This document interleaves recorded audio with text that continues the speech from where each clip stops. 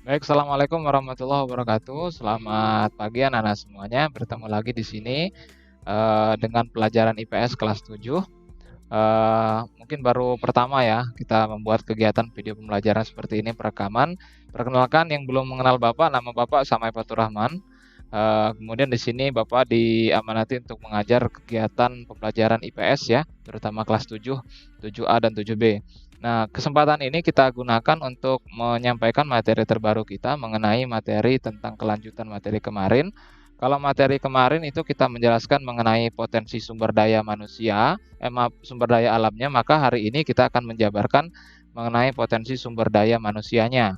Maka judul kita akan kita ketengahkan adalah potensi dinamika ruang dan kependudukan di Indonesia.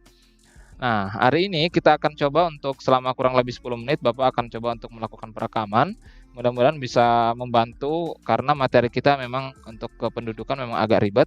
Maka Bapak akan coba bantu untuk menyampaikan materi dalam bentuk video pembelajaran ini. Kemudian nanti ada penugasan yang nanti akan Bapak sampaikan setelah dari video ini sudah selesai dibahas. Setelah dari itu nanti kita akan coba untuk di minggu depan kita akan coba untuk melaksanakan ulangan harian yang pertama. Materinya ada di bab ke-1, terutama di pertemuan 1 sampai dengan pertemuan 5 pada hari ini. Nah, hari ini kita akan coba untuk pertama tujuan kita untuk ini membandingkan dinamika jumlah penduduk di Indonesia dengan penduduk negara lain. Lalu bagaimana peserta didik nanti akan menganalisis pola persebaran penduduk serta bagaimana menganalisis komposisi penduduk menurut usia dan jenis kelamin. Kemudian yang terakhir bagaimana mengkorelasikan antara perkembangan angka pertumbuhan penduduk dengan kualitas penduduk di Indonesia dalam bentuk ekonomi. Karena dalam bentuk pengembangan ekonomi nanti akan disampaikan. Ini peta konsep kita untuk bagaimana caranya mensederhanakan keadaan kita. Silakan nanti bisa di-pause untuk bisa melihat bagaimana bagan-bagan ini nanti akan terkorelasi dalam bentuk materi-materi yang sudah dikembangkan. Kemudian Bapak juga di sini membuat suatu mungkin pengayaan video gitu ya, video pembelajaran yang nanti akan dibuat. Silakan nanti bisa dibaca di sini. Di sini Bapak cantumkan videonya dari YouTube.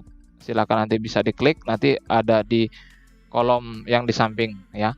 Nanti Bapak akan coba buatkan. Nah, hari ini kita akan coba untuk memasuki materi kita. Mohon maaf ini kalau antara pembicaraan di video dengan yang ada di sini agak sedikit delay atau tidak sama karena mungkin ada kendala masalah sinyal dan sebagainya, tapi tidak mengurangi niatan kita untuk pembelajaran ini. Nah, kita mulai dari penduduk. Nah, penduduk itu apa? Penduduk itu adalah orang yang mendiami wilayah kurang lebihnya 6 bulan secara berturut-turut dan disahkan menurut undang-undang. Semisal anak-anak semuanya ini pergi ke wilayah Bandar Lampung dan menetap di sana selama 6 bulan, maka secara undang-undangnya sudah bisa.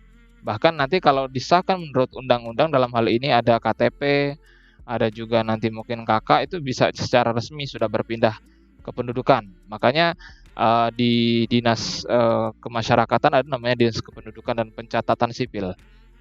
Lalu setelah itu penduduk itu sifatnya selalu berkembang biak, selalu mewariskan keturunan dan selalu memanfaatkan ruang, ya. Sehingga kebutuhan-kebutuhan sehari-harinya ini perlu dianalisis dengan baik. Oleh karena itu, karena sifatnya yang dinamis ini harus dipelajari dengan sebaik-baiknya. Sebagai contoh, Bapak di sini ada ambilkan contoh dari negara dengan penduduk terbanyak tetapi di tahun 2100. 2100 itu agak lama. Tetapi maksudnya adalah kita akan memproyeksikan atau kita akan menganalisis bagaimana ke depannya.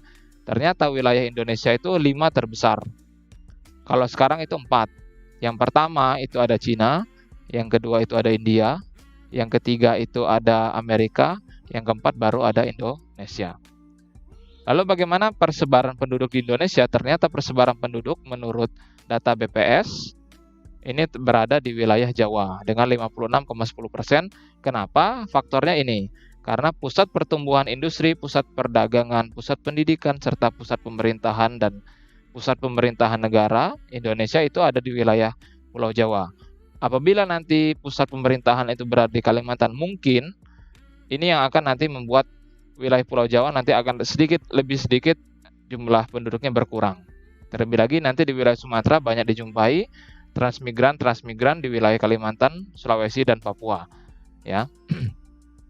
Lalu dengan jumlahnya yang banyak ini, kepadatan penduduk di Indonesia itu berkisar sekitar 141 jiwa per kilometer persegi. Oleh karena itu, ini patut diwaspadai karena kita akan melihat bagaimana proyeksi ke depan. Nah, mengawali dari yang ini, diawali dari komposisi penduduk. Penduduk itu ada pengelompokannya. Kalau sederhananya ada kota, ada desa. Tetapi selain desa dan kota itu secara umumnya dibagi jadi dua. Ada komposisi berdasarkan usia, ada komposisi berdasarkan jenis kelamin. Silakan di-pause. Nanti Anda bisa menyaksikan informasi dari sensus penduduk yang ada di wilayah Provinsi Lampung tahun 2019 dan tahun 2020. Ini. Kemudian, dari komposisi penduduk tadi yang dalam bentuk jenis kelamin dan usia, kemudian dibentuk dalam bentuk bagan, namanya piramida penduduk. Piramida penduduk ada 3. Pertama ada piramida penduduk muda, piramida penduduk tua, dan piramida stasioner. Kenapa berbeda? Karena menyesuaikan pada komposisi jumlah penduduk yang ada di wilayah negara tertentu yang berbeda-beda. Sebagai contoh, piramida penduduk muda ini ada di wilayah Asia Tenggara, terlebih khususnya ada Indonesia di sana, dan wilayah Asia Tenggara yang lain. Lalu penduduk muda ini berada di mana? Di wilayah Eropa, yang secara umumnya orang-orangnya memiliki pola pemikiran yang berbeda. Semakin ke atas dia semakin tua, ternyata di wilayah Eropa semakin tua semakin banyak. Artinya apa?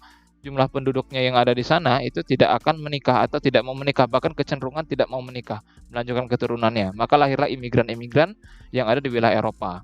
Kita lihat perkembangan olahraga sepak bola itu banyak imigran-imigrannya, ya. Ketentuan membacanya adalah di sebelah kanan itu menggambarkan perempuan, kanan yang merah perempuan, sebelah kiri itu laki-laki. Jadi komposisi yang bisa dilihat, sementara di bagian tengah ini adalah usia. Ya, silakan nanti bisa di-pause untuk bisa dipelajari lagi. Selanjutnya kita lanjut. Pertumbuhan penduduk itu dipelajari dalam bentuk kualitasnya juga. Kenapa? Karena pertumbuhan penduduk ini akan mempengaruhi pada jumlah makanan yang ada di daerah tertentu. Kemudian ada lagi bagaimana kebutuhan air, kebutuhan listrik, kebutuhan mungkin pulsa, bahkan kebutuhan-kebutuhan yang lain. Maka pertumbuhan penduduk di Indonesia dibedakan menjadi ada 2, ada alami dan ada non-alami. Yang alami itu artinya ada kelahiran dan ada kematian.